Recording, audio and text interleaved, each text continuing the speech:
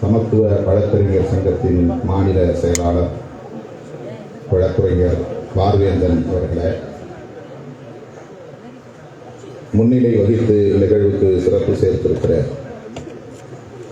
பேராசிரியர் வழக்கறிஞர் உதயபான் அவர்களே, வழக்கறிஞர் பாலகிருஷ்ணன் அவர்களே, வழக்கறிஞர் ரஜினிகாந்த் அவர்களே, வழக்கறிஞர் தமிழினியன் அவர்களே, வழக்கறிஞர் விடுதலை வளவன் அவர்களே, அனைவரையும் வரவேற்று சிறப்பித்திருக்கிற வழக்கறிஞர் பார்த்திபன் அவர்களே, நன்றியுரையாற்றி நிகழ்வுக்கு சிறப்பு சேர்த்திருக்கிற வழக்கறிஞர் வேல்முருகன் அவர்களே, இவ்விழாவிலே பாராட்டு பெற்றிருக்கிற நமது உள்ளாட்சி அமைப்பு பிரதிநிதிகள், கடலூர் மாநகர துணை மேயர் வழக்கறிஞர் தாமரை செல்வன் அவர்களே, கடலூர் மாநகரமன்ற உறுப்பினர் வழக்கறிஞர் சரிதா அவர்களே, சேலம் மாநகராட்சியின் மாமன்ற உறுப்பினர் வழக்கறிஞர் இமயவரம் அவர்களே, சென்னை மாநகர மாமன்ற உறுப்பினர் வழக்கறிஞர் யாழினி அவர்களே, இந்த விழாவில் பங்கேற்று தங்கத்தாரகை விருது பெற்றிருக்கிற நமது கட்சியின் துணை பொதுச் செயலாளர் வழக்கறிஞர் எழில் கரோடி அவர்களை பாராட்டி சிறப்பு சேர்த்திருக்கிற ஆம் ஆத்மி கட்சியின் பொறுப்பாளர் தோழர் வேல்முருகன் அவர்களே, ஜனநாயக வழக்கறிஞர் சங்கத்தின் தலைவர் தோழர் பாரதி அவர்களே, மக்கள் உரிமை பாதுகாப்பு மையத்தின் தலைவர் தோழர் ஜிம்ராஜ் மில்டன் அவர்களே, SDPI வழக்கறிஞர் அணியை சார்ந்த வழக்கறிஞர் ராஜா முகமது அவர்களே, சிறப்பு விருந்தினர்களாக பங்கேற்று நெடுநேரமாக இந்த நிகழ்வில் அமர்ந்து சிறப்பித்துக் கொண்டிருக்கிற சிறப்பான வாழ்த்துறையை வழங்கி அமர்ந்திருக்கிற அகில இந்திய பார் கவுன்சிலின் துணைத் தலைவர்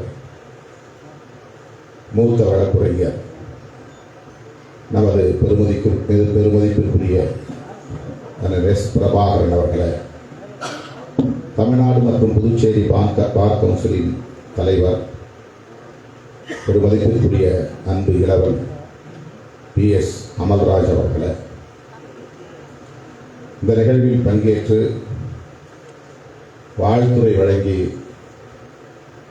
சிறப்பித்திருக்கிற மூத்த வழக்கறிஞர்களே, சென்னை உயர்நீதிமன்ற வழக்கறிஞர் சங்க தலைவர் வழக்கறிஞர் மோகனகிருஷ்ணன் அவர்களே, துணைத் தலைவர் வழக்கறிஞர் அறிவழகன் அவர்களே, செயலாளர் வழக்கறிஞர் கிருஷ்ணகுமார் அவர்களே, பொருளாளர் வழக்கறிஞர் ராஜேஷ் அவர்களே, நூலகர் வழக்கறிஞர் ரகு அவர்களே, செயற்குழு உறுப்பினர் வழக்கறிஞர் ரமேஷ் அவர்களே, சென்னை உயர்நீதிமன்ற பெண் வழக்கறிஞர் சங்க பொறுப்பாளர்கள், தலைவர் லூயிசால் ரமேஷ், செயலாளர் வழக்கறிஞர் சிவகாமி, மேனாள் தலைவர் வழக்கறிஞர் பிரசன்னா ஆகிய தோழர்களே, இந்த நிகழ்வில் பங்கேற்று இதனை சிறப்பித்துக் கொண்டிருக்கிற விடுதலை சிறுத்தைகள் கட்சியின் மாவட்ட செயலாளர்கள் சேத்துப்பட்டு இளங்கோ, வழக்கறிஞர் சாரநாத், வழக்கறிஞர் அப்புல், வேளச்சேரி தா இளையா, சி சவுந்தர், வேலுமணி, சைதை ஜேக்கப், கரிகால் வளவன், சா இளங்கோவன், உஷாராணி, தேவ ஞானமுதல்வன் ஆகிய தம்பிகளே, மற்றும் சமத்துவ வழக்கறிஞர் சங்கத்தின் முன்னணி பொறுப்பாளர்களே, தங்கத்தாரகை விருது பெற்றிருக்கிற நமது கட்சியின் துணை பொதுச் செயலாளர் வழக்கறிஞர் எழில் கரோலின் அவர்களே, அவருடைய அருமை துணைவர் வழக்கறிஞர் எத்திராஜ் அவர்களே, மற்றும் இங்கே திரளாக கூடியிருக்கிற வழக்கறிஞர் சமூகத்தை சார்ந்த ஜனநாயக சக்திகளே, உங்கள் அனைவருக்கும் என்னுடைய பணிவார்ந்த வணக்கத்தை தெரிவித்துக் கொள்கிறேன். பார்வேந்தர் அவர்கள் இப்படி ஒரு நிகழ்வை ஒருங்கிணைத்து என்னிடத்திலே ஒப்புதல் கேட்டபோது நான் எந்த மறுதளிப்பையும் சொல்லவில்லை. எப்போதும் என்னோடு இருக்கிறவர்களை எப்படியெல்லாம் ஊக்கப்படுத்த வேண்டும் என்பதில் தான் நான் கவனமாக இருப்பேன். வழக்குரைஞர் பார்வேந்தன் 2 நிகழ்வுகளுக்காக இதை ஒருங்கிணைப்பதாக சொன்னார். ஒன்று, வழக்குரைஞர் சங்கத்தின் சார்பில் மாநாட்டு நிதியை வழங்குகிறோம். இன்னொன்று, எழில் கரோலின் அவர்களை பாராட்டுகிறோம். அவர் இந்த விருதினை பெற்றபோது மிக்க மகிழ்ச்சியாக வாழ்த்தினோம். கட்சியின் உயர்நிலை குழு கூட்டத்திலேயே அவருக்கு ஆடை போர்த்தி சிறப்பித்தோம்.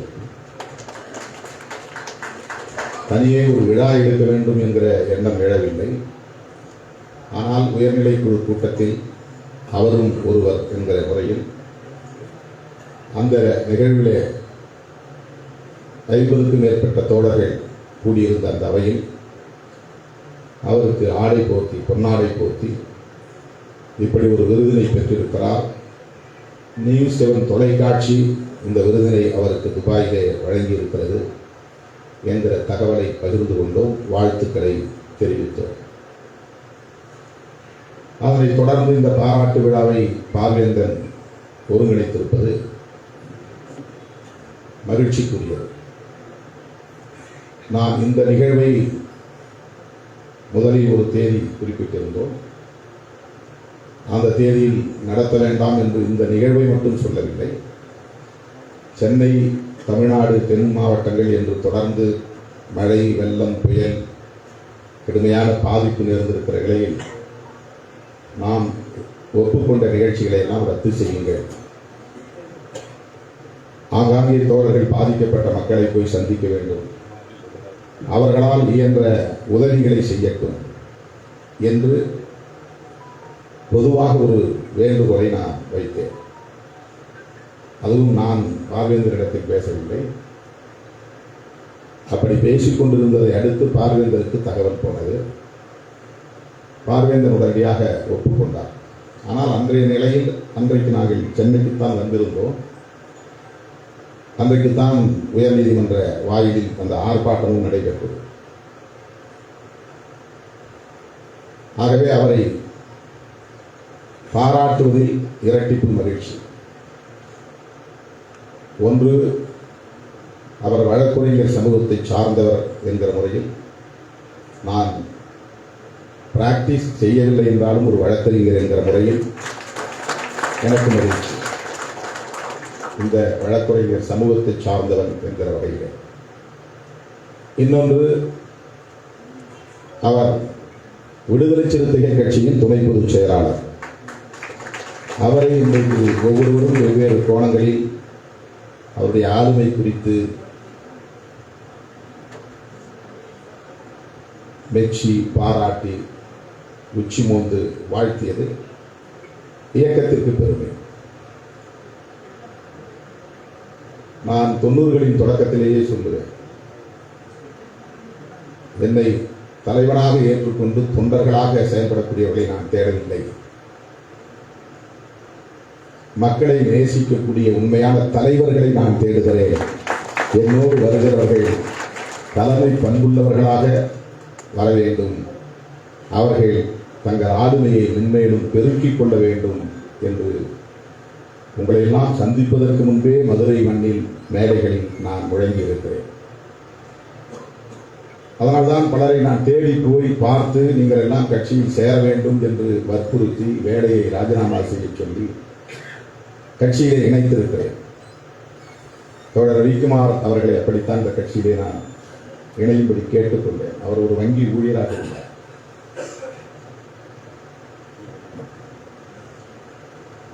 பல பேரை அப்படி சொல்ல முடியும். 1-2 பேரை சொல்லிவிட்டு பிற பெயர்களை விட்டால் வருத்தம் வரும். நம்மை விட அவர்கள் விவரமானவர்கள். அவர்களுக்கு கட்சியிலே சமூகத்திலே செல்வாக்கு பெருகிவிடும் என்றெல்லாம் ஒருபோதும் திருமாவளவன் எண்ணியதில்லை. அப்படி ஒரு பார்வை எந்த சூழலிலும் எனக்கு எழுந்ததில்லை. என்னோடு இருப்பவர்கள் பலராலும் பாராட்டப்படக்கூடியவர்களாக இருக்கிறார்கள் என்றால் அது எனக்குத்தான் பெருமை.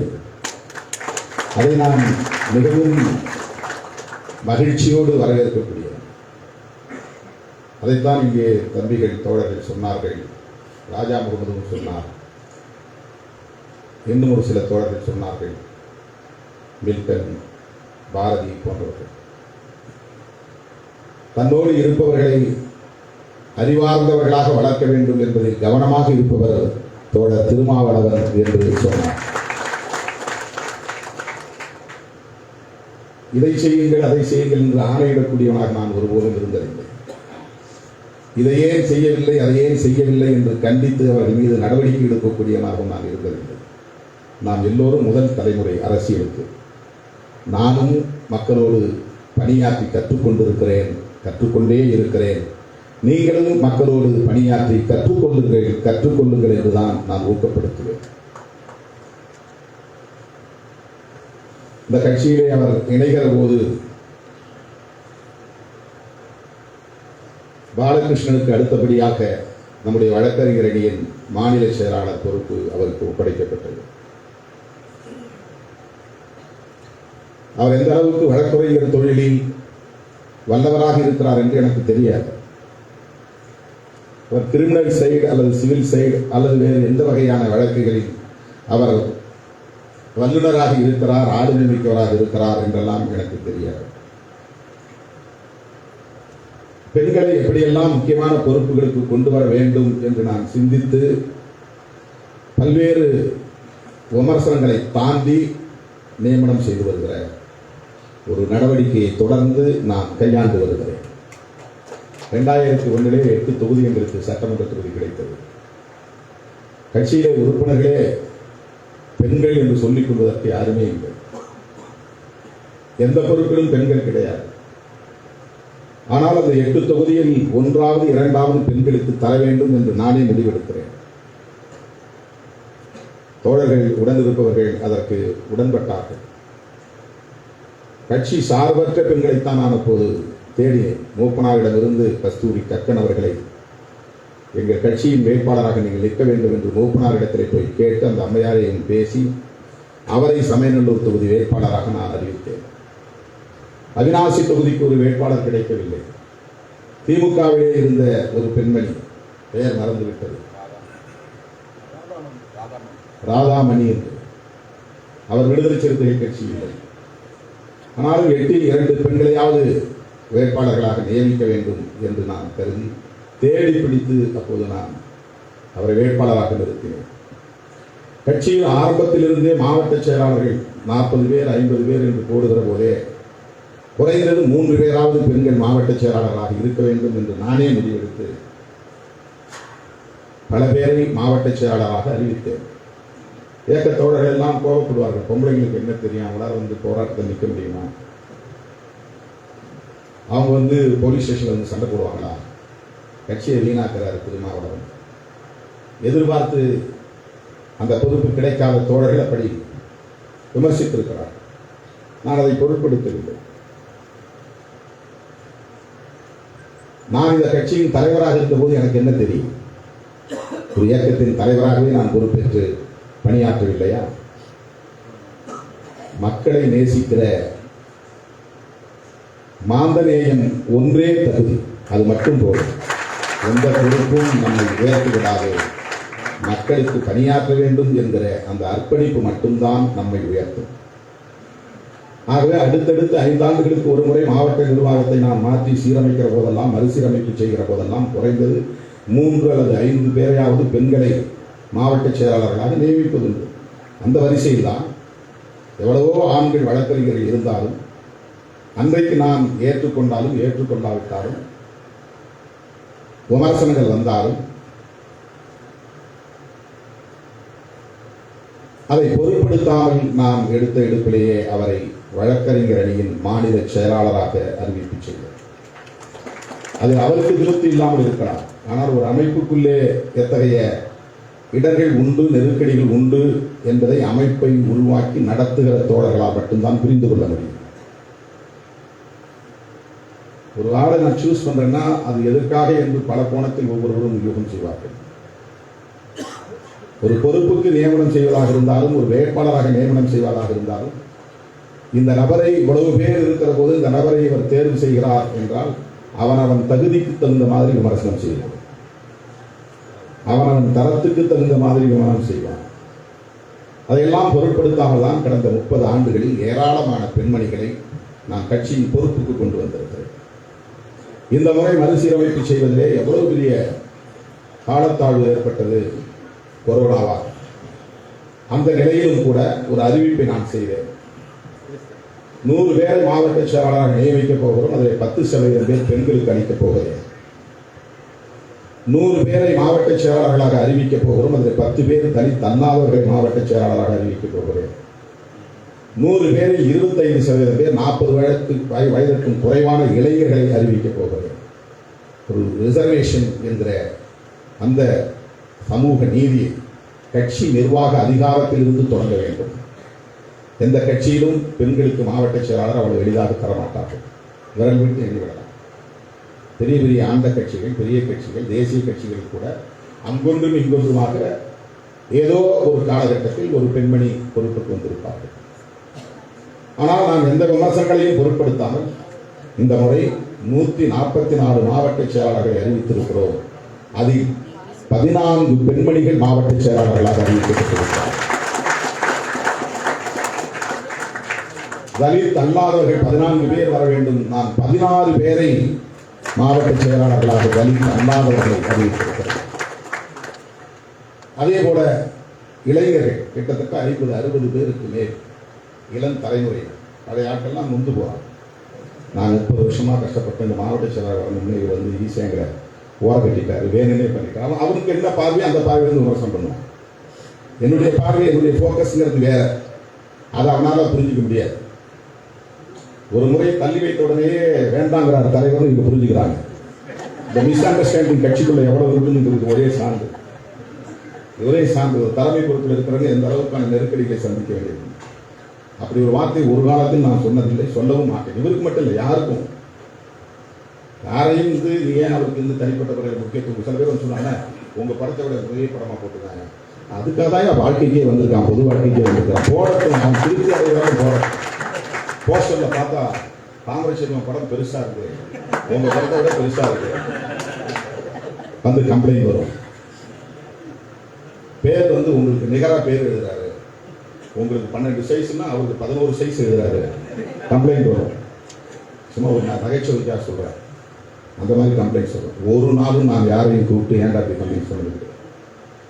இதெல்லாம் தான் அவருக்கு திருப்தியை தரக்கூடியது, மகிழ்ச்சியை தரக்கூடியது, பொது வாழ்க்கையில் இருக்கிற ஈடுபாட்டை ஊக்கப்படுத்தக்கூடியது. அதுவே அவனுக்கு ஒரு நம்பிக்கையை தரக்கூடியது. அவங்க ஒரு கட்டத்துக்கு மேல சேச்சுரேஷன் ஆகும்.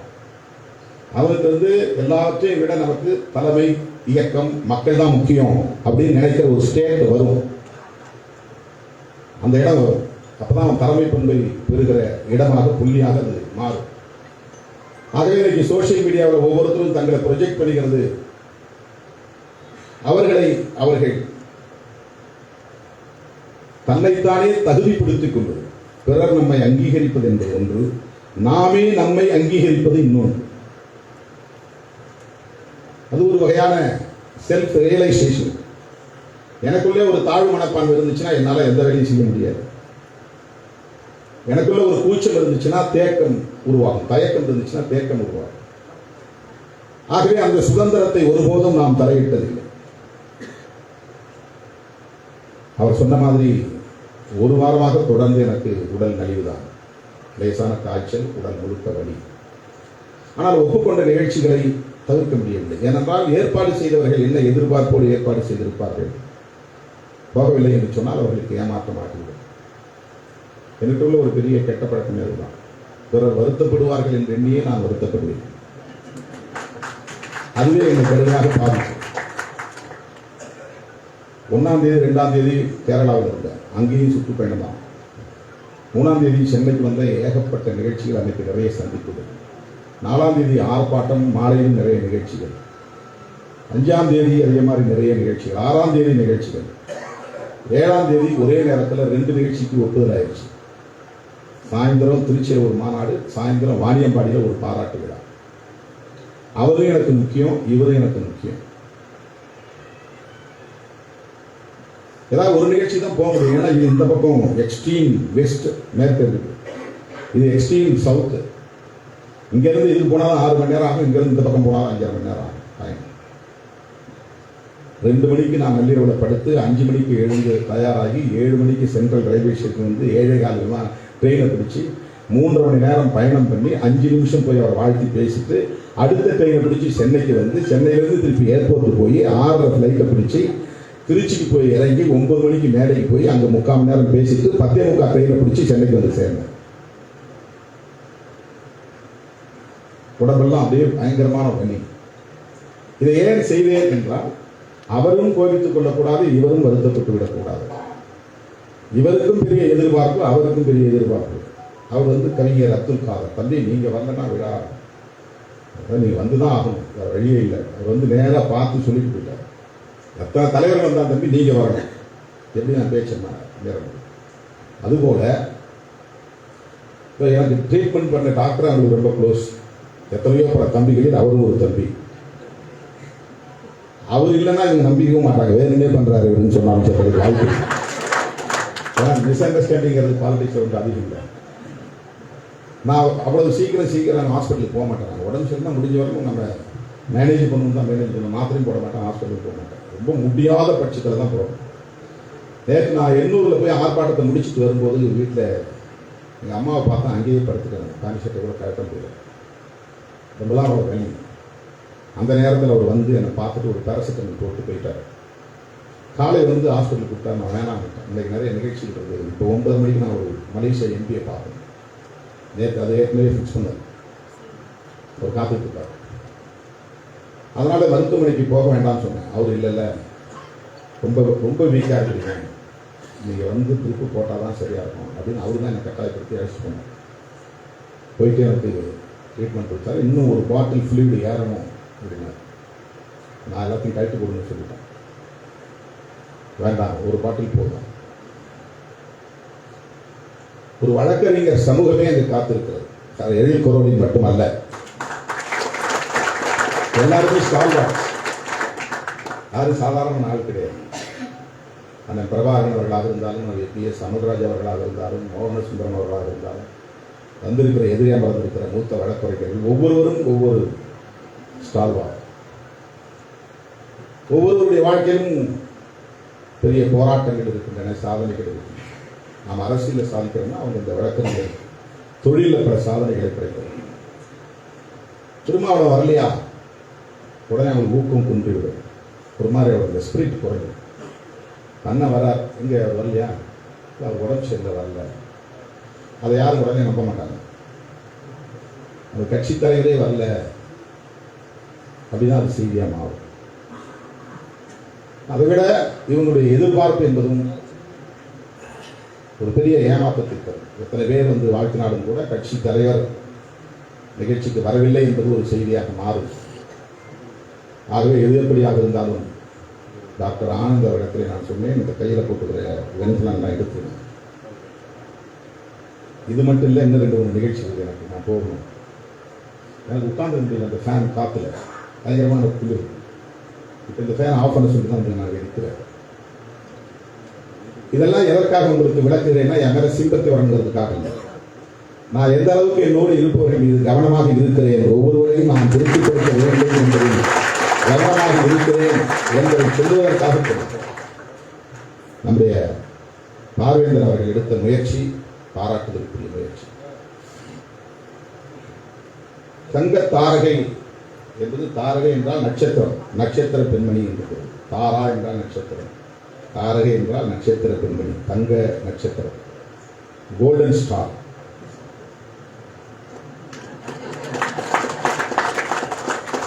எத்தனையோ மெட்டல் இருந்தாலும் கூட, வைரம் இருந்தாலும், வைடூரியம் என்னவோ சொல்றாங்க, நவரத்தினம் சொல்றாங்க. அந்த நவரத்தினங்கள்லேயே மனித குலத்தால் பெரிதும் போற்றப்படக்கூடியது தங்கம் தான். அதனால தான் எல்லாத்துக்கும் நாங்கள் உதாரணம் தங்கம் சொல்றோம். அதை விட ரொம்ப விலை உயர்ந்த வேற எந்த, எல்லாம் கல்லு தான், எல்லாமே கற்கள் தான், மெட்டல் தான், உலோகம் தான். இந்த தங்கத்தை தான் நாம் போற்றுவோம். அப்போ இந்த விருது முதல்ல தமிழ்நாட்டில் தமிழக முதல்வர், அன்றைய முதல்வர் ஜெயலலிதா அம்மையாருக்கு வழங்கப்பட்டது. தங்கத்தாரகை விருது முதலில் ஜெயலலிதா அம்மையாருக்கு வழங்கப்பட்டது. ஒரு கிறிஸ்தவ பாதிரியார் இந்த விருதினை வழங்கி அம்மையாரை சிறப்பித்தார். இன்றைக்கு நீ7 தொலைக்காட்சி பல ஆளுமைகளுக்கு, பெண் ஆளுமைகளுக்கு இந்த விருதினை தொடர்ந்து ஆண்டுதோறும் வழங்குகிறார். யாரும் ரெக்கமெண்ட் பண்ண, அவங்க விடுதலை சிறுத்தைகள் கட்சியில துணை பொதுச் செயலாளராக இருக்கிறாங்கிறதுக்காக தரப்படலை. பெருமாவளவனோ அல்லது கட்சியில் இருக்கிற மற்றவர்களோ யாரும் அந்த குழுவுக்கு இந்த அம்மாவுக்கு நீங்க விருது கொடுங்க நம்ம சொல்லலை. அவங்களே தேர்வு பண்ணியிருக்கிறாங்க. அந்த வகையில் அவர் தகுதியானவர் என்பதை நாம் அடையாளம் காணவில்லை, நீ7 தொலைக்காட்சி அடையாளம் பெற்றிருக்கிறது. நீ7 தொலைக்காட்சி அதற்கென்று ஒரு குழு அமைத்து அந்த குழுவின் சார்பிலே அதை தேர்வு செய்திருக்கிறார்கள். உண்மையிலேயே அவர் வாங்கிய பிறகுதான் நமக்கே தெரியும் இப்படி ஒரு விருது அவருக்கு வழங்கப்பட்டிருக்கிறது என்று.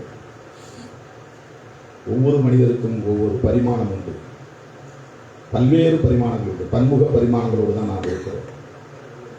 சிலர் மிகச்சிறந்த ஓவியராக இருப்பார்கள், சிலர் மிகச்சிறந்த பாடகர்களாக இருப்பார்கள், சிலர் மிகச்சிறந்த எழுத்தாளர்களாக படைப்பாளர்களாக இருப்பார்கள், சிலர் மிகச்சிறந்த பேச்சாளர்களாக இருப்பார்கள், சிலர் மிகச்சிறந்த வழக்குரைஞர்களாக இருப்பார்கள். இப்படி ஒவ்வொருவருக்கும் ஒரே நபருக்கு பன்முக பரிமாணங்கள் உண்டு.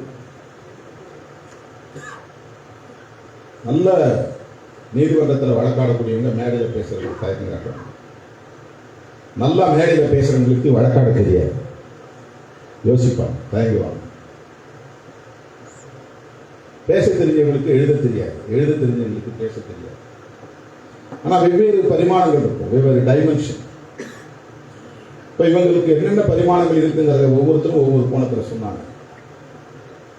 அவங்க ஒரு பெண் தொழிற்சங்க தலைவராகவும் தேர்ந்தெடுக்கப்பட்டிருக்கிறார், நியமனம் செய்யப்படவில்லை. Elected president for a trade union. ஒரு முறைக்கு 2 முறை நினைக்கிறேன். 5 முறை துணைத் தலைவர், 2 முறை தலைவராக இந்த தொழிற்சங்கத்திற்கு தேர்ந்தெடுக்கப்பட்டிருக்கிறார் என்றால் அது வெறும் பரிந்துரை அடிப்படையில் நிகழக்கூடியதல்ல. ஆக அந்த பரிமாணம் என்பது தொழிற்சங்கத்தால் அங்கீகரிக்கப்பட்டிருக்கிறது, தொழிலாளர்களால் அங்கீகரிக்கப்பட்டிருக்கிறது, தொழிலாளர்களாக இருக்கிற வாக்காளர்களால் அங்கீகரிக்கப்பட்டிருக்கிறது. ஜப்பானுக்கு நீங்க அடிக்கடி போயிட்டு வருவாங்க, எதுக்கு அங்க போறீங்கன்னு நான் கேட்பாங்க. இந்த புராக்குன்னு ஒரு கம்யூனிட்டி அங்கே இருக்கு, அவங்க அங்கே அன்டச்சபிள், கரெக்டா? புராக்கு அவங்க அங்கே தமிழ் பேசக்கூடியவங்க இருக்கிறாங்க. அந்த தமிழ் பேசக்கூடியவங்களுக்கு மத்தியில் இவங்க ஒரு ஸ்டாராக இருக்கிறாங்க. அங்கே பத்திரிகை நடத்துகிறாங்க. அப்போ ஒரு படம் அனுப்பிச்சாங்க, அங்கே போய் நம்ம கொடியை பிடிச்சிக்கிட்டு இருக்கிற மாதிரி ஒரு படம், விடுதலை சிறுத்தைகளின் கொடி, ஜப்பான். அங்கே இருக்கிற புராக்கு சமூகத்தினரோடு, பெண்களோடு, குழந்தைகளோடு இவங்க நின்றுக்கிட்டு நம்ம கொடியை பிடிச்சிட்டு இருக்கிற மாதிரி. அப்போ சொல்லுவாங்க, நான் இங்கே உங்களோட வேலை செய்யணும், உங்களுக்கு அடிக்கடி வருத்தம் இருக்கும், நான் இங்கெல்லாம் போய் உங்கள் கருத்துக்களை சொல்லிக்கிட்டு இருக்கிறேன், இதெல்லாம் நீங்கள் கவனத்தில் எடுத்துக்கணும் அப்படின்னு சொல்லுவாங்க. இப்போ ஜப்பானில் வாழக்கூடிய அன்டச்சபிள்ஸ்,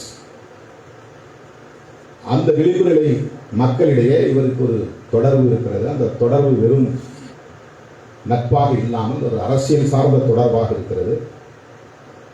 அவர்களுடைய நம்பிக்கைக்குரியவராக அவர் இருக்கிறார். அவர்கள் நடத்துகிற ஒரு தமிழ் மாத ஏட்டிலும் இவர் எழுதுகிறார் என்கிற போது அவருடைய இன்னொரு பரிமாணமும் நமக்கு வெளிப்படுத்துகிறது. இப்போ துபாய்க்கு இவங்க போறாங்கன்னு சொன்னோடனே எனக்கு நம்பவே முடியல. இல்லை, இங்கே சாதிக்காம அங்கே என்ன போய் சாதிக்க போறீங்கன்னு கேட்கறாங்க. இந்த துபாயில் போய் எப்படி நீங்கள் கேஸ் நடத்தீங்க? உண்மைதான் சொல்றீங்களா, சும்மா ஃப்ரெண்டு பார்க்க போனீங்களா? நாங்கள் ஆஃபீஸே போடுறதுன்னு சொல்லுவோம். அப்பயும் என்னால் நம்ப முடியல. அப்புறம் கூட இருக்கிற தம்பியெல்லாம் அழைச்சிட்டு உறுதிப்படுத்தினாங்க, ப்ரூவ் பண்ணாங்க. அவங்களாம் சொன்னாங்க, அக்கா பயங்கர, நாங்கள் அவங்க தான் அங்கே எல்லாமே, நாங்கள் எங்களுக்குலாம் இன்றைக்கி ஒரு பாதுகாப்பு அவங்க தான். ஆனால் அங்கே நம்ம கட்சி தோழர்கள் தனியாக இருக்கிறாங்க, அவங்களுக்கே தெரியல இவங்க அங்கே போய் இந்த மாதிரி பண்ணிக்கிட்டு இருக்கிறாங்க. அதுக்கப்புறம் தான் லேட்டாக தெரிய வந்துச்சு. அங்கேயே சங்கத்தமிழுக்கும் இவங்களுக்கும் ஒரு லடாய் வேற வந்துச்சு. அவர் அங்கே துபாய் அரபு நாடுகளுக்கான பொறுப்பாளர். இவங்க திடீர்னு நான் தான் வழக்குரைஞர், நான் இந்த கட்சியில் முக்கியமான பொறுப்பாளர், அங்கே பேசியிருக்காங்களேன்னு அவங்களுக்கால அதை ஏற்றுக்க முடியும். அமைப்பை நடத்துறது எவ்வளவு சிக்கல் இருக்குங்கிறதுக்காக சொல்லலாம். ஒரு குடும்பத்தை நடத்துறதே பெரிய கஷ்டம். 10,000 ஆடுகளை மேய்ச்ச முடியும், 1,00,000 மாடுகளை மேய்ச்ச முடியும்.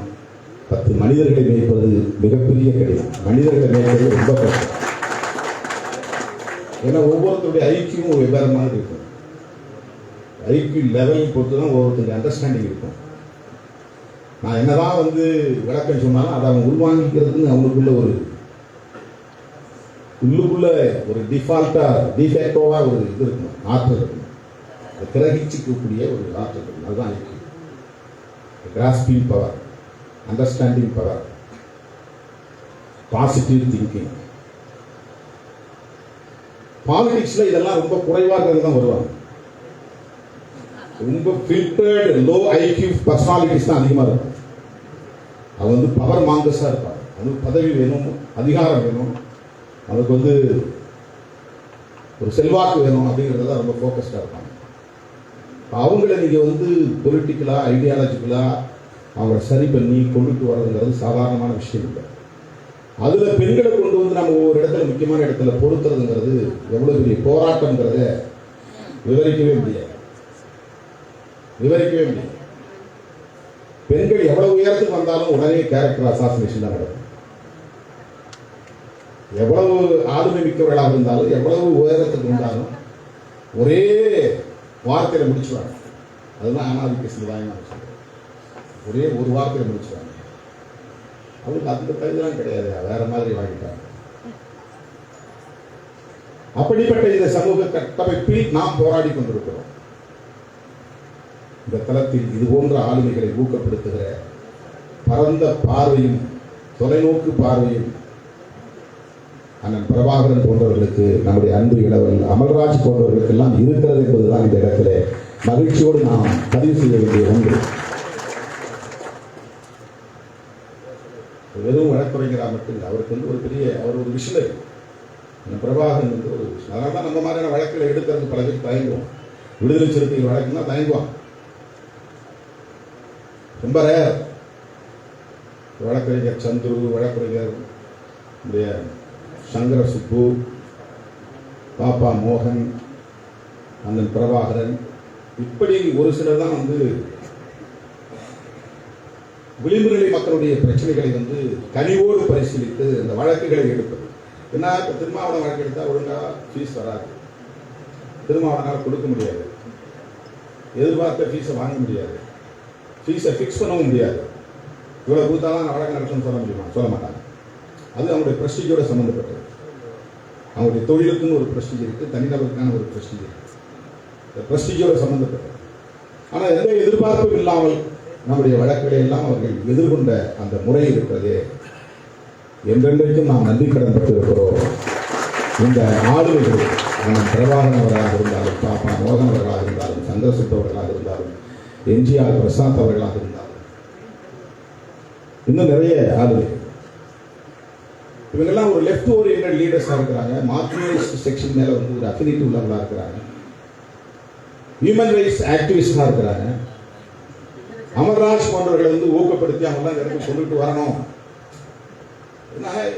எல்லா மட்டங்களிலும் இந்த காஸ்ட் டிஸ்கிரிமினேஷன்ங்கிறது எவ்வளவு கடுமையானது நமக்கு தெரியும். இன்னைக்கு தமிழ்நாடு பார் கவுன்சிலில் அமர்ராஜ் உட்கார்ந்ததெல்லாம் சாதாரண ஒரு விஷயம் இல்லை.